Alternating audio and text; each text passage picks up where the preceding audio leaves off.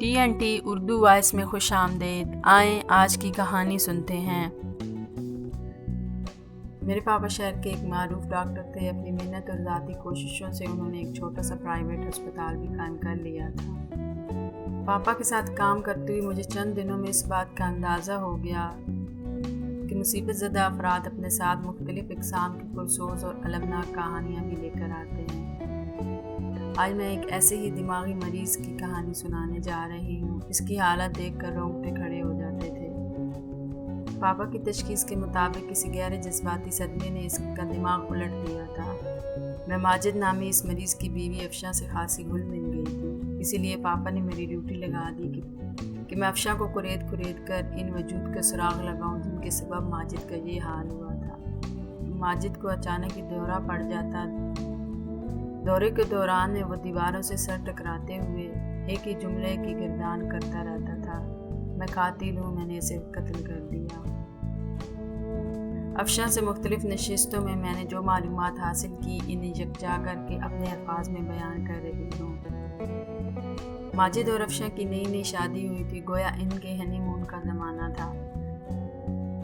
وہ شادی شدہ زندگی میں مصروف تھے کہ ان کی پڑوسن صفورہ نے ان کے معاملات میں دخل اندازی شروع کر دی۔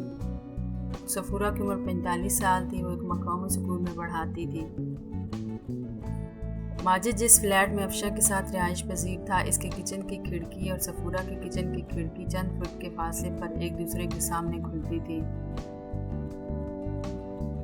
گویا وہ دونوں پڑوسی تھے۔ ماجد کو اس فلیٹ میں منتقل ہوئے زیادہ عرصہ نہیں ہوا تھا، لیکن چند روز ہی میں افشاں نے محسوس کر لیا کہ صفورہ اپنے کچن کی کھڑکی میں سے ان کی ٹو میں لگی رہتی تھی، جسے وہ ان کی جاسوسی سمجھتے تھے۔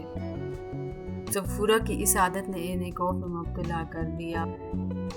بات خاموش نگرانی تک کہ محدود رہتی تو کوئی بات نہیں تھی، مگر ایک روز تو صفورہ نے حد ہی کر دی۔ وہ چھٹی کا دن تھا۔ چھٹی والے دن وہ دونوں میاں بیوی دیر سے سو کر اٹھنے کے عادی تھے۔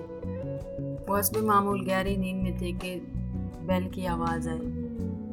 ماجد نے بستر چھوڑ کر پھر آنکھیں ملتا ہوا بیرونی دروازے پر پہنچا۔ جب اس نے دروازہ کھولا تو سامنے صفورہ کو کھڑے پایا۔ اوہ، آپ سو رہے تھے، وہ معذرت آمیز لہجے میں بولی۔ دراصل میں آپ کے بارے میں خاصی پریشان تھی، کیا میں اندر آ سکتی ہوں؟ ماجد کی جی میں آئی کہ فوراً کہہ دے کوئی ضرورت نہیں ہے اندر آنے کی، اور ہمارے بارے میں پریشان ہونے والی آپ کون ہیں؟ مگر وہ ایسی بد اخلاقی کا مظاہرہ نہیں کر سکا اور صفورہ کو اندر داخل ہونے کا راستہ دیتے ہوئے بولا، آ جائیں۔ صفورہ لاؤنج میں بچھے ہوئے ایک صوفے پر بیٹھے ہوئے بولی، میں بھی اس عادت کی اسیر ہوں، لیکن گزشتہ رات آپ لوگوں کی وجہ سے میں پریشان رہی، اس لیے مجھے نیند ہی نہیں آئی۔ آپ ہماری وجہ سے کیوں پریشان تھی؟ افشاں نے تیوری چڑھا کر سوال کیا۔ وہ بھی بیڈ روم سے نکل کر سیدھی لاؤنج میں آ گئی تھی۔ صفورہ نے ٹٹولنے والے نظر سے دونوں کا جائزہ لیا، پھر دھیمے لہجے میں بولی، آپ کے کچن اور واش روم کی لائٹ پوری رات جلتی رہی ہے، یہ خلاف معمول تھا۔ میں سمجھی شاید آپ کسی مصیبت میں گرفتار نہ ہوں۔ ماجد بولا، یہ کوئی ایسی تشویش والی بات نہیں تھی، اور ہاں، آئندہ بھی آپ کو ان چھوٹی موٹی باتوں پر پریشان ہونے کی ضرورت نہیں ہے، ہم بالکل خیریت سے ہیں۔ آخر کو میں آپ کی پڑوسن ہوں۔ صفورہ اٹھتے ہوئے بولی، کبھی میری مدد کی ضرورت پڑے تو ضرور بتائیے گا، اب میں چلتی ہوں۔ یہ بڑھیا مجھے زہر لگتی ہے، صفورہ کے جانے کے بعد افشاں نے نفرت آمیز لہجے میں کہا۔ اچھی تو مجھے بھی نہیں لگتی، ماجد نے تائید کی، مگر اب ہم اس کا کیا کر سکتے ہیں؟ افشاں نے کہا، جب تک وہ کچن کی کھڑکی سے اپنی سرگرمیاں جاری رکھے ہوئے تھی، اس وقت تک ہم واقعی اس کا کچھ نہیں کر سکتے تھے۔ وہ اپنے گھر میں رہتے ہوئے کچھ بھی کرتے پھرے، مگر آج تو اس نامراد کے قدموں نے ہمارے گھر کا دروازہ دیکھ لیا ہے۔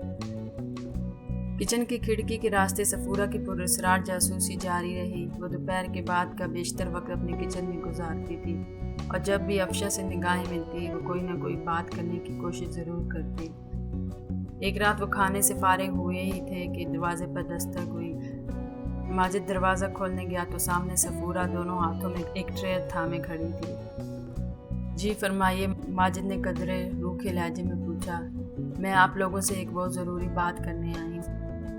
وہ بات اندر بیٹھ کر کرنے کی ہے، صفورہ نے کہا۔ نہ چاہتے ہوئے بھی ماجد نے صفورہ کو فلیٹ کے اندر بلا لیا۔ صفورہ کے معنی خیز لہجے اور پراسرار انداز نے ماجد کے اندر تجسس جگا دیا تھا۔